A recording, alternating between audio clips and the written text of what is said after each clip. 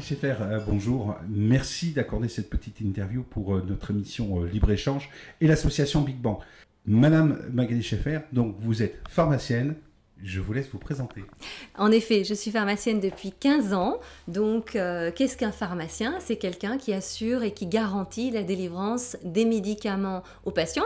Et puis également un rôle de service public, à savoir que nous sommes contactables toute la journée dans nos officines pour répondre aux petites questions, aux bobos, à tout ce qui peut toucher la santé. Alors, il va y avoir la semaine de la vaccination. D'un point de vue général, non seulement pour la semaine, mais quels sont les conseils pour la vaccination que vous recommanderiez?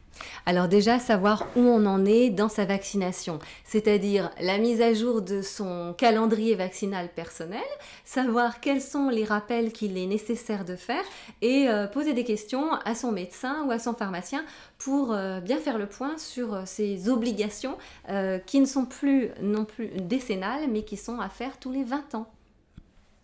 Aujourd'hui, est-ce qu'en France, nous sommes de bons élèves? Est-ce que nous nous vaccinons bien? On n'est pas tellement des bons élèves. En fait, on devrait avoir une couverture vaccinale bien supérieure parce que seuls 3 vaccins sont obligatoires. C'est la diphtérie, le tétanos et la polio. Autour de ça, il y a des recommandations. Coqueluche, rougeole, oreillon, rubéole.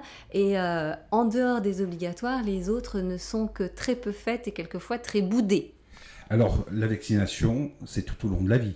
La vaccination, c'est tout au long de la vie parce que les anticorps qu'on va fabriquer dès nos premiers mois de vie ne vont pas être éternels. Donc, il faut les restimuler un petit peu.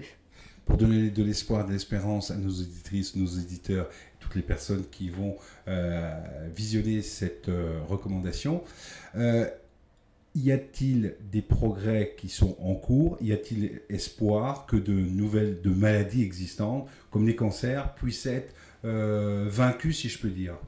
Oui, absolument. Le dernier en date et le plus récent, c'est le vaccin contre le cancer du col de l'utérus que l'on doit faire d'ailleurs aux jeunes filles à partir de 11 ans. Et là, c'est quand même quelque chose d'extraordinaire qu'on a mis sur le marché.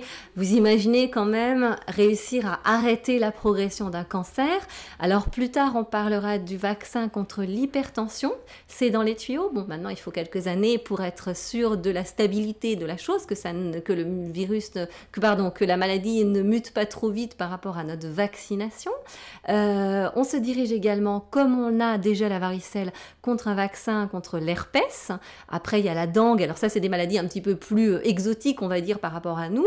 Mais effectivement, la syphilis, etc., ce sont des vaccins qui sont déjà quasiment aboutis. Madame Magali Schaeffer, merci beaucoup. Merci à vous, Sylvain.